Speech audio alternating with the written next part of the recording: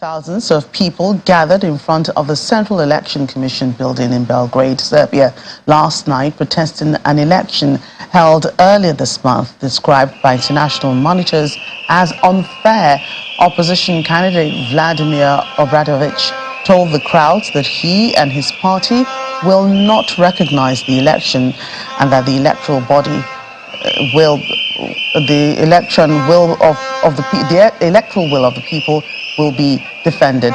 The opposition Serbia Against Violence Alliance, which placed second in a general election earlier this month, has accused the ruling Serbian Progressive Party of widespread vote fraud, which the authorities deny. Serbia Against Violence has organized daily protests over the election results in front of the Election Commission. On Sunday, the protests turned violent and 38 people were detained by the police. An international monitoring mission last Monday, that's December the 18th, said the ruling party had gained an unfair advantage through media bias, the improper influence of President Alexander Vučić, and voting irregularities such as vote buying. Over in the Korean Peninsula, the South has been involved in military drills with the police and emergency personnel simulating an attack by the North. The aim is to allay fears that Seoul is in striking distance of Pyongyang's weapons or a covert attack. The exercise, which simulates attacks on a major water supply facility, telephone network stations, and other facilities, comes amid heightened tension after the North tested an intercontinental ballistic missile and launched its first military spy satellite, with the neighboring countries reinstating last month some military measures eased after a 2018 pact. Seoul's distance of just 38 kilometers from the military border with the North makes it particularly susceptible to an attack at any time. And staying on the continent, China has confirmed 8 of its nationals died in the nickel plant explosion on Indonesia's Sulawesi Island over the weekend.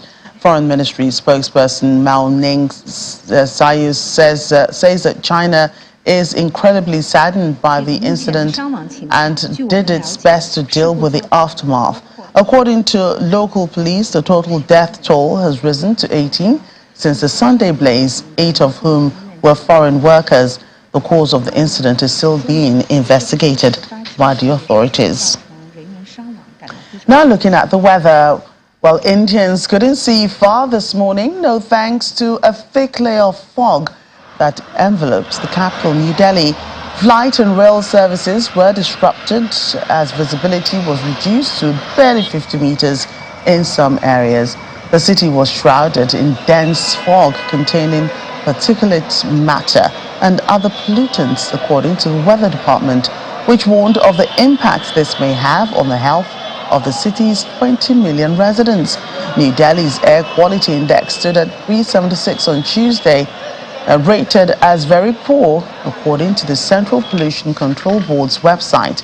Levels of 0 to 50 are considered to be very good.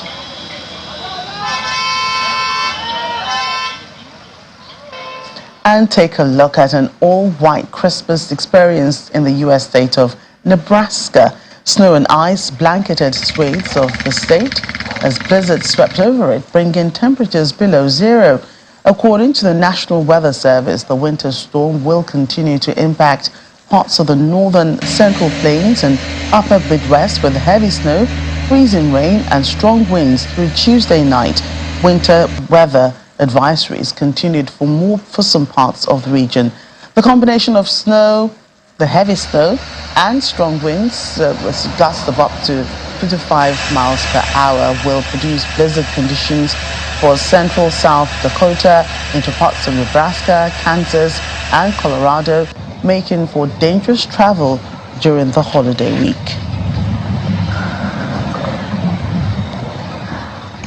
Let's get more on the harsh weather conditions. Our Washington correspondent, Maria Bird, joins us now. Maria, great to see you. Good to see you as well. Well, I hope you're not caught up in this blizzard. No, thankfully, Washington has not had blizzard weather, so we are just dealing with rain. Right, so the weather has been a real challenge this year in other parts of the country. Explain to us, the contrast in the United States where temperatures dropped below 0 degrees in some parts and in others where it was warm as summer.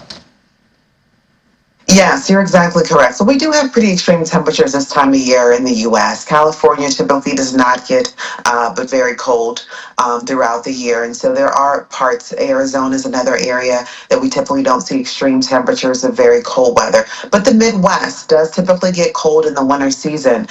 To see 0 degrees is a little early for that. The type of blizzard weather, obviously we're seeing the tough winds that were striking through the area, which caused the blizzard to be such a bad occurrence for those individuals. There was a loss of life in Kansas on the road there due to the icy conditions that are also sometimes a repercussion of those type of blizzard conditions. So that has been one of the greatest challenges that we've seen. And as I know you all have discussed, just kind of the streets and the roads being very dangerous for drivers and for the Americans in those regions to be going through, especially on Christmas Day. But it was a white Christmas for those in those regions. Well, let's talk about Nebraska, where we just reported a few minutes ago. Does it usually receive a lot of snow this time of the year? It does begin to receive some snow, not quite the blizzard conditions, but this is just the beginning. And I think it's expected that the U.S. will see a little bit more snow than it has in the last few years this coming winter season. And so how much of normal everyday life has been impacted by the blizzard? Well, the everyday life that's been impacted is really about being able to commute back and forth. We are in the holiday season, so that does it a little bit easier. Many people are not having to go into the office, but if people have to get places, obviously emergency vehicles have to be much more ready and prepared in case individuals need to get to hospitals and are not able to drive themselves there. So it does just create a little extra work for those who are those emergency 24-hour employees to ensuring that the roads are passable and also that emergency vehicles can get individuals where they need to go. So how much, areas have been cut off by this blizzard? How has it impacted, the everyday life that you're talking about? What's the electricity like? What about water? Are the pipes frozen over? So the interstates some of them have been closed down, which is some of the major ways that individuals get between states and also within states oftentimes. And so those interstates are being worked on to be cleared off. And yes, as you mentioned, the freezing of pipes. So many individuals are told during this time of year to let your pipe drip just a little bit to ensure that it does not freeze. Keep some sort of running water, because when your pipes are completely closed, they can do exactly what you stated, which is burst in very frigid temperatures. That typically starts to begin around the month of December, early January. So we are a little early for that to be occurring. But again, because of those extreme temperatures, individuals would have needed to do that as well. As you mentioned, electricity. When you have blizzard-like conditions, electricity can definitely go out. There have been lots of efforts. Even when you have very bad rainstorm conditions here in Washington, we have had some power and electricity challenges, but luckily nothing has caused any type of major blacking out in communities, and it has been able to be restored pretty quickly.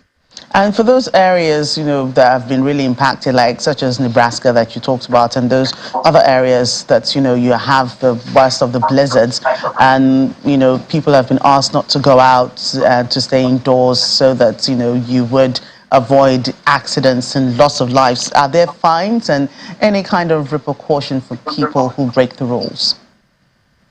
Nothing at this time, because we're not talking about a state of emergency. There's not yet been declared any type of state of emergency. So typically when you have a state of emergency, you would see those type of measures being put in place if individuals go out past a certain time or on certain roads. They could then be fined. But at this time, there's nothing of that nature that is occurring in the U.S. Well, Christmas has been impacted by one thing or the other. By different people around the world who were not able to celebrate war in some, violence and some kind of crisis in areas. This weather condition, how much of Christmas was impacted this year. Were people able to celebrate at all in those areas we mentioned? You're exactly right. And I think that not only has the weather impacted some Christmas, but all that you've stated around war. Obviously, the U.S. has been heavily impacted by the Israel-Palestinian war that's occurring. And so that has brought forth additional challenges as well. So I'm glad you mentioned that. But as far as the weather goes here in the U.S., it did impact it to some extent. Travel was at the height of what it's been and what we've seen in more recent years. It was higher than what we have traditionally seen since prior to COVID. But that typically occurred a little bit before the storms hit. The storms hit kind of right around Christmas Day. So people were pretty much where they were going to be for the holiday. But we could potentially see the travel back home as we get close to the new year being heavily impacted by the weather and by the storms. But it has had minimal impact. People are still able to be with loved ones because even though we had snow, most people were probably at their loved one's home by Christmas Eve. And many of those who were looking to get to loved ones' homes potentially could have been able to get through passable roads as long as they were not talking about traveling by vehicle through major interstates that were closed down. Right. Thanks again, Maria.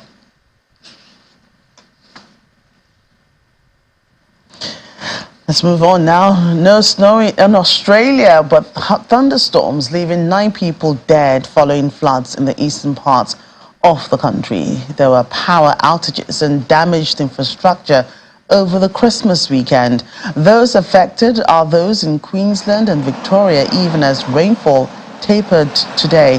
Search and rescue operations continued in flooded areas, and power crews were trying to restore electricity to tens of thousands of customers. 2 weeks ago, a storm that ripped through the coastal city of Brisbane, Queensland state capital, left at least 1 person dead. Yeah, that storm that took down a concrete power line. So it's the first time we've ever had a concrete power pole destroyed by a storm. That's pretty significant. That's unprecedented. Certainly the scenes I saw where you didn't just have a single power line down, you had a power line down between every pole. Away from those weather conditions, the Turkey's Interior Ministry is determined to confiscate crime, but in style. 23 of such luxury cars have been turned into traffic police vehicles. The confiscated vehicles, which include a Bentley, a Porsche and a Volvo, were painted white and blue with traffic police written on them. They were put on display in Istanbul, where they were inspected by Interior Minister Ali Yerilhaya. And feel like reminiscing on King Charles' coronation ceremony? Well, you can watch clips in a new documentary released on Tuesday. Our viewers in the UK must have seen it by now. In the documentary, at least the clips we've seen, the King is seen interacting with his son and his grandchildren at Westminster Abbey at rehearsals ahead of the ceremony that took place in May. In another clip of the file, we see King Charles off duty and walking around Balmoral with Queen Camilla.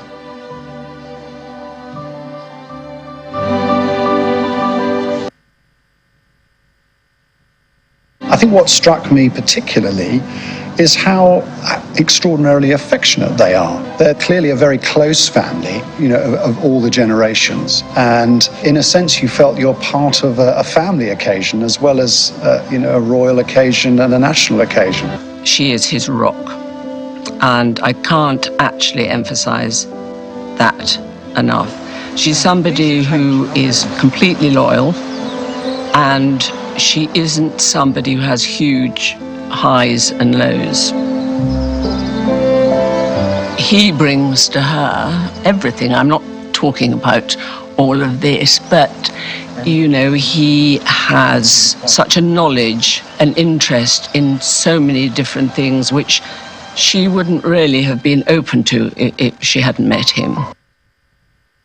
Let's head to Kenya now, where the Savora Matani Fencing Club is mesmerizing residents of Huruma in one of Nairobi's Eastland estates. Take a listen. It's a busy day in one of Nairobi's Eastland estates.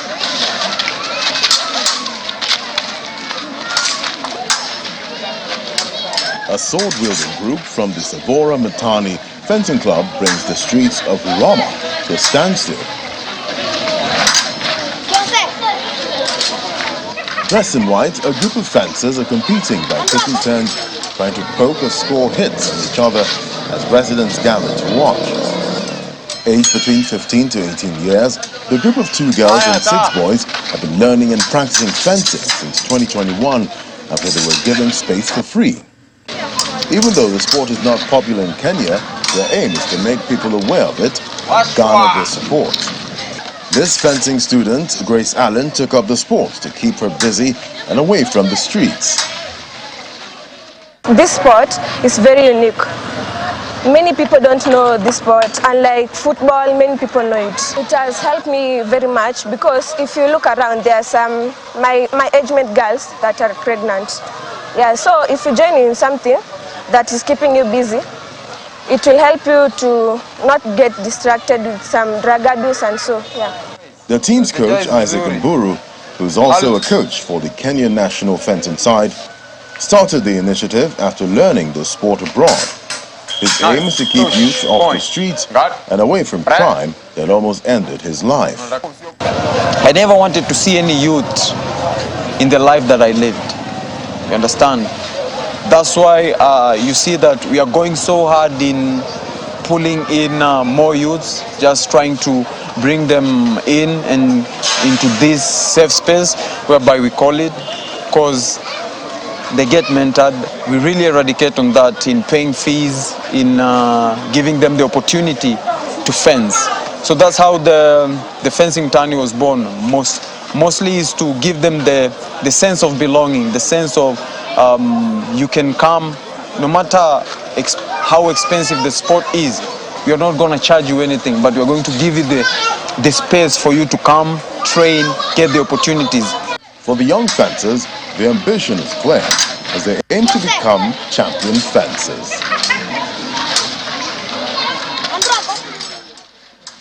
Elsewhere, there were several people wounded in the DRC capital today as riot police forcibly dispersed a banned protest by the opposition calling for a rerun of last week's chaotic national elections.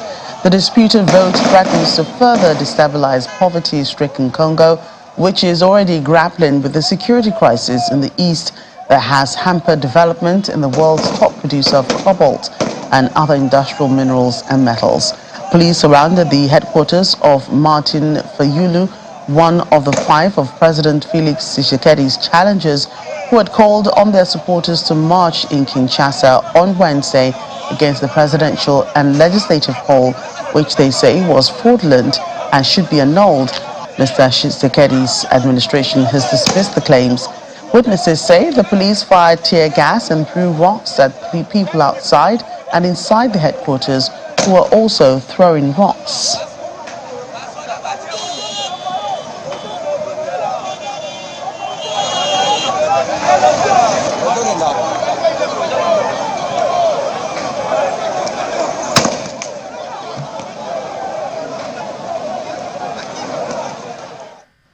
And just before we leave Africa, let's bring you a recap of that breaking news out of southwest Nigeria, where the Ondo State Acting Governor, Lucky Aiyedatiwa, has been sworn in as the substantive governor of the state following the death of Governor Oluwarotimi Akeredolu earlier today.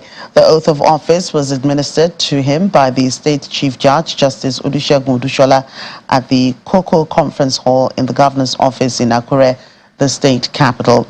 Present to witness the swearing-in were the other judges and top government officials, including the secretary to the state government, members of the state cabinets, the state APC chairman, and members of the State House of Assembly. The APC chairman is the chairman of the ruling party, All Progressives Congress. Elsewhere now, a memorial altar for South Korean actor Lee Sung-kyun has been set up at a funeral hall in Seoul after he was found dead in an apparent suicide. The 48-year-old Lee drew global attention with his performance as the wealthy patriarch in the Oscar-winning film Parasite, South Korea's first film to clinch that accolade. However, he had faced police questioning 3 times over accusations of illegal drug use amid a government crackdown, with one session running 19 hours over the weekend. The actor has said that he was tricked into taking drugs by a bar hostess trying to blackmail him. The Yonhap news agency reported this angle of the story. Authorities found Lee's body in a car at a park in Seoul after a search triggered by a missing person report. A fire official told Reuters on condition of anonymity, as the matter is a sensitive one. Wolfgang Schäuble, who served as a member of the German parliament for over half a century, has died at the age of 81. His demise ends one of Germany's longest political careers, in which he helped secure his country's place at the heart of Europe. Schäuble, who spent much of his career devoted to reunifying his country and later served as former Chancellor Angela Merkel's finance minister during the Eurozone debt crisis, died peacefully on Tuesday. He had been a member of the CDU since 1965 and a member of parliament since 1972. He used a wheelchair since 1990 after being shot 3 times at an election campaign event a few days after the German reunification. Humanoid robots are poised to play a greater role on Earth and beyond in the coming years. Standing at 6 feet 2 inches tall and weighing 300 pounds, NASA's humanoid robot Valkyrie is an imposing figure. A humanoid robot is simply a robot resembling a human, typically with a torso, head, 2 arms and 2 legs. Engineers believe that the right software humanoid robots can function similarly to humans by using the same tools, equipment and methods of maneuvering itself. NASA built its robust electrically powered humanoid robot at Johnson Space Center in Houston, Texas, as part of a 2013 design competition. Valkyrie, named after a female figure in Norse mythology, is designed to operate in degraded or damaged human-engineered environments like areas hit by natural disasters, and that's according to NASA.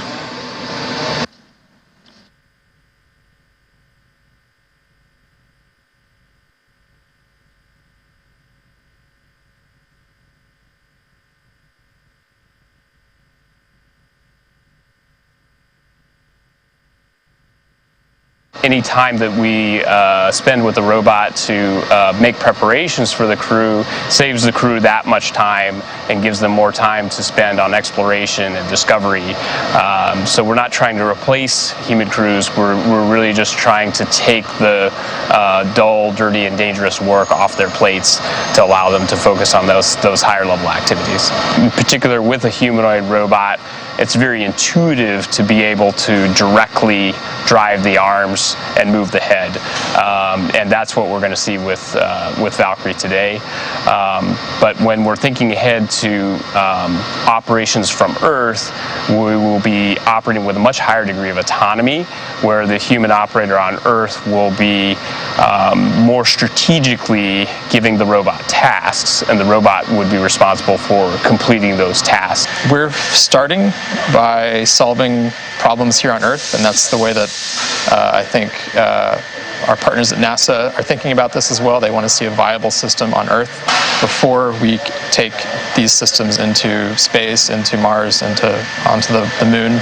And sort of the approach is we're starting in the warehouse and on the manufacturing floor, but then it can move into retail, think retail to delivery, and out more into what we call unstructured spaces.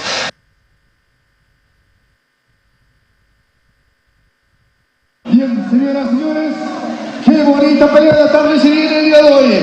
Ahí está Hugo Marín, Hugo Marín, ¿qué pasa? You shouldn't be entering the new year with old year's grudges. Also, people in Peru think probably why the annual Takayaku Festival near the city of Cusco draws hundreds of costumed competitors to participate in the traditional fighting ritual aimed at settling old scores before the year's end. The event purports to serve as a form of community justice to quell simmering disputes between residents, thus allowing participants to start the new year in peace. Judges and referees are on hand to declare the winners in fights stemming from legal matters to stolen lovers. The confrontations are supervised by local authorities, and referees mediate the bare-knuckled free-kicking brawls, which are designed to allow people to let go of anger from personal or economic problems. What a way to end the year. Well, that's our show today. Thank you for watching. I'm Jackie Rogers.